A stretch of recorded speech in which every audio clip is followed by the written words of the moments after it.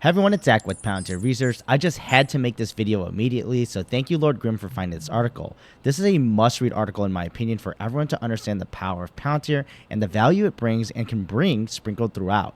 And they completely acknowledge Palantir is the driver. So we'll get right into it. They start off with the headline getting back 37,000 items, but that's not even the coolest result here for the Army.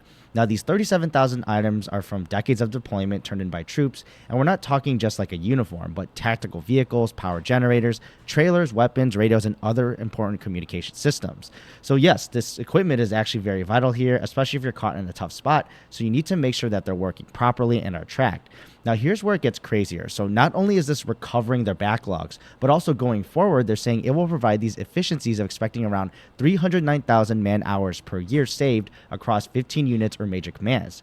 Now, expand this to more units, and we've got millions of man hours a year already.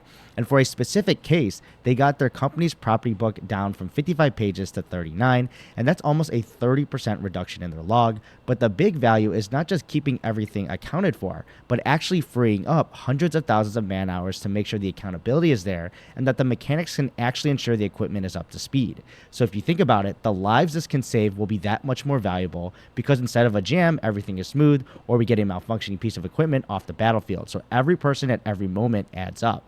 Now, when starting out, it really was to meet this initiative in streamlining the turn-in process and ensuring only the necessary equipment is out there, and for soldiers' workload to, suppose remove that added burden of tracking and simplification of that administration all around this. So it's essentially a supply chain issue. So with the issues they were solving, they wanted to make sure equipment is functional without faults, and with all the moving pieces, some are transferred laterally without ever being checked in and tracked, so repairs can add that much more complication there to make sure things are in the right place.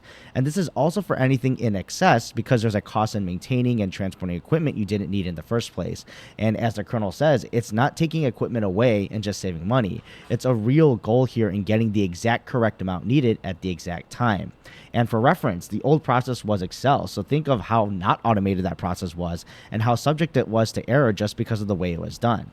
And another major point too they bring up is that this turn-in process went from 2 hours to 15 minutes for some of these wheeled vehicles. So it just goes to show how those hundreds of thousands of man hours really adds up over thousands of pieces of equipment. You're saving almost 90% of your time from that check-in process that you were doing before, and it's mind-blowing. As well as equipment like rifles, they were able to get better maintenance by reducing unnecessary work on vehicles, and this is around 800,000 pieces here.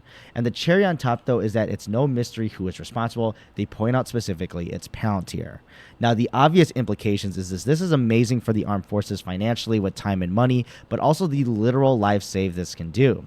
You want your equipment in the best condition possible when you're in a tough situation, and one tiny mishap can lead to death or serious injury or even a shortfall in helping your comrades, and this is life-saving changes at scale. But now think of this across your business. The most obvious one I thought of is the exact same at any company, especially making remote ones where you loan out equipment. How many times have they lost track of certain items? And not saying it's theft or something, but sometimes people just forget it on both sides, the employee and the employer. This literally will save companies hundreds of millions, if not billions over time, just because they aren't having to rebuy unnecessary stuff and then spend the extra man hours trying to manage and track this.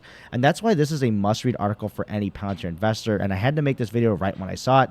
The scale of change it can provide is almost unfathomable to me unless you're in the thick of it, and looks like rewards of the system will compound over time for the Army since they can get that much better focus on spending their time and money on things that actually need the extra attention here, and that's the main value of Palantir. But thank you for watching, and I'll see you in the next video.